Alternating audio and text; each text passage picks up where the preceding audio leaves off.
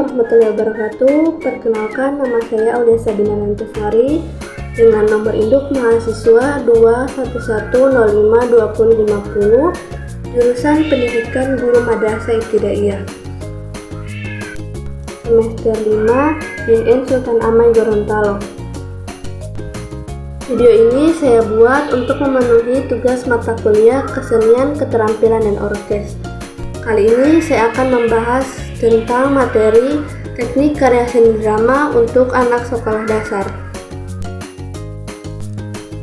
Pembahasan yang pertama yaitu pengertian drama. Kata drama berasal dari bahasa Yunani yaitu draumai yang berarti berlaku, bertindak, dan berbuat. Jadi, drama bisa berarti perbuatan atau tindakan. Drama adalah hidup yang dilukiskan dengan gerak. Drama juga berarti kisah kehidupan manusia yang dikemukakan di pentas berdasarkan naskah, menggunakan percakapan, gerak laku, unsur-unsur pembantu seperti dekor, kostum, rias, lampu, musik, serta disaksikan oleh penonton. Drama juga berarti salah satu bentuk karya sastra yang memiliki bagian untuk diperankan oleh aktor. Baik, pembahasan selanjutnya yaitu unsur-unsur drama. Dalam drama terdapat beberapa unsur, yaitu yang pertama naskah. Naskah dapat diartikan sebagai bentuk tertulis dari suatu drama. Sebuah naskah, walaupun telah dimainkan berkali-kali dalam bentuk yang berbeda-beda, naskah tersebut tidak akan berubah mutunya. Sebaliknya, sebuah atau beberapa drama yang dipentaskan berdasarkan naskah yang sama dapat berbeda mutunya. Hal ini tergantung pada penggarapan dan situasi, kondisi, serta tempat di mana dimainkan naskah tersebut. Selanjutnya yaitu ada tema. Tema adalah rumusan atau intisari yang dipergunakan dalam menentukan arah dan tujuan cerita. Dari tema inilah kemudian ditemukan tokoh-tokohnya. Yang ketiga yaitu tokoh. Dalam cerita drama, tokoh merupakan unsur yang paling aktif yang menjadi penggerak cerita. Oleh karena itu, seorang tokoh haruslah memiliki karakter agar dapat berfungsi sebagai penggerak cerita yang baik. Di samping itu, dalam naskah akan ditentukan dimensi-dimensi sang tokoh. Biasanya ada 3 dimensi yang ditentukan, yaitu yang pertama dimensi fisiologi atau ciri-ciri badan. Antara lain yaitu usia, jenis kelamin, keadaan tubuh, ciri-ciri muka, dan lain sebagainya. Dan yang kedua yaitu dimensi sosiologi atau latar belakang. Masyarakatan misalnya status sosial, pendidikan, pekerjaan, peranan dalam masyarakat, kehidupan pribadi, pandangan hidup, agama, hobi, dan sebagainya. Dan yang terakhir yaitu dimensi psikologis atau latar belakang kejiwaan, misalnya temperamen, mentalitas, sifat, sikap, dan kelakuan, tingkat kecerdasan, keahlian dalam bidang tertentu, kecakapan, dan lain sebagainya. Apabila kita mengabaikan salah satu saja dari ketiga dimensi di atas, maka tokoh yang akan kita perankan akan menjadi tokoh yang kaku, timpang, bahkan cenderung menjadi tokoh yang mati. Yang keempat yaitu plot. Plot adalah alur atau kerangka cerita. Plot merupakan suatu keseluruhan peristiwa di dalam naskah. Secara garis besar, plot drama dapat dibagi menjadi beberapa bagian, yaitu yang pertama pemaparan atau eksposisi. Bagian pertama dari suatu pementasan drama adalah pemaparan atau eksposisi. Pada bagian ini diceritakan mengenai tempat, waktu, dan segala situasi dari para pelakunya. Kepada penonton disajikan sketsa cerita sehingga penonton dapat meraba dari mana cerita ini dimulai. Jadi, eksposisi berfungsi sebagai pengantar cerita. Pada umumnya, bagian ini disajikan dalam bentuk sinopsis. Yang kedua yaitu komplikasi awal atau konflik awal. Kalau pada bagian pertama tadi situasi cerita masih dalam keadaan seimbang, maka pada bagian ini mulai timbul suatu perselisihan atau komplikasi. Konflik merupakan kekuatan penggerak dalam drama. Yang ketiga yaitu klimaks atau krisis. Klimaks dibangun melalui krisis demi krisis. Krisis adalah puncak plot dalam adegan. Konflik adalah satu komplikasi yang bergerak dalam suatu klimaks. Yang keempat yaitu penyelesaian. Drama terdiri dari sekian adegan yang dalamnya terdapat krisis-krisis yang memunculkan beberapa klimaks. Satu klimaks terbesar Di bagian akhir selanjutnya diikuti adegan penyelesaian. Yang terakhir yaitu ada dialog. Dialog berisikan kata-kata. Dalam drama para tokoh harus berbicara dan apa yang diutarakan mesti sesuai dengan perannya, dengan tingkat kecerdasannya, pendidikannya, dan sebagainya. Dialog berfungsi untuk mengemukakan persoalan, menjelaskan perihal tokoh, menggerakkan plot maju, dan membukakan fakta. Baik, materi selanjutnya yaitu manfaat drama.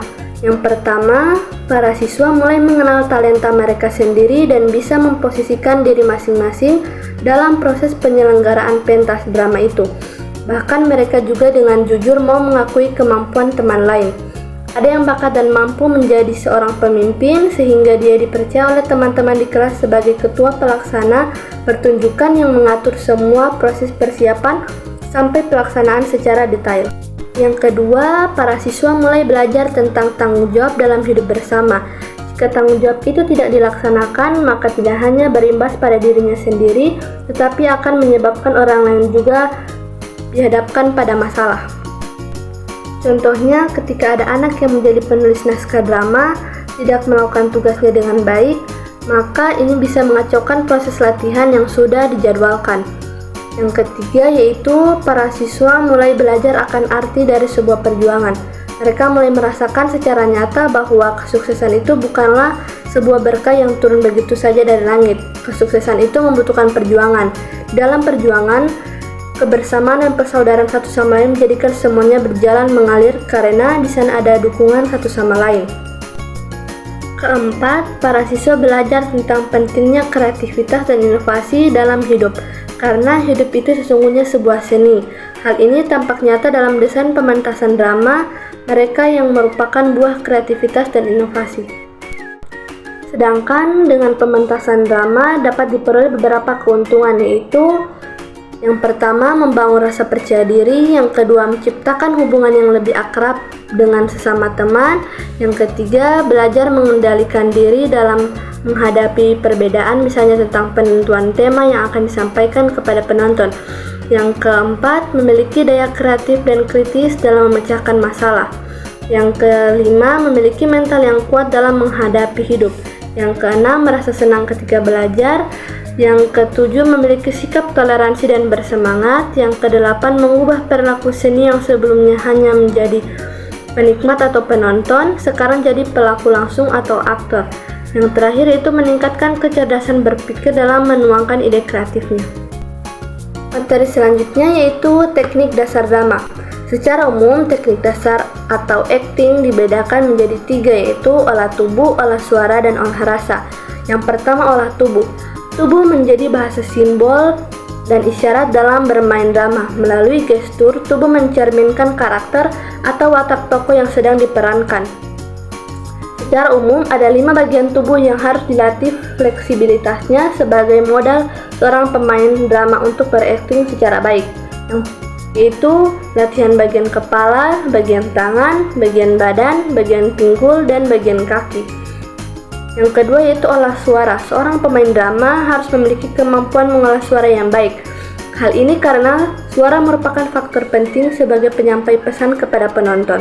Penguasaan intonasi, diksi, dan artikulasi setiap kata yang diucapkan harus jelas dan wajar sesuai dengan tuntutan karakter tokoh yang diperankan. Yang ketiga yaitu olah rasa. Acting pada dasarnya menampilkan keindahan dan keterampilan seorang aktor dalam mewujudkan berbagai pikiran, emosi, perasaan, dan sosok peran yang sedang dimainkan sesuai dengan karakter. Materi selanjutnya yaitu pentingnya pendidikan seni drama untuk anak sekolah dasar. Pendidikan seni drama di sekolah dasar mempunyai fungsi yaitu untuk membantu pertumbuhan dan perkembangan anak, memberi perkembangan estetik, dan membantu penyempurnaan kehidupan. Oleh karena itu, pendidikan seni drama di sekolah dasar tidak berupa latihan-latihan untuk menjadikan anak-anak sebagai pelawak atau penari yang terkenal. Nah, adapun fungsi seni drama pada anak sekolah dasar yaitu yang pertama, membantu pertumbuhan dan perkembangan anak, meningkatkan fisik, mental, dan estetik. Baik, itulah penjelasan saya mengenai teknik karya seni drama untuk anak sekolah dasar. Lebih dan kurangnya saya mohon maaf. Wassalamualaikum warahmatullahi wabarakatuh.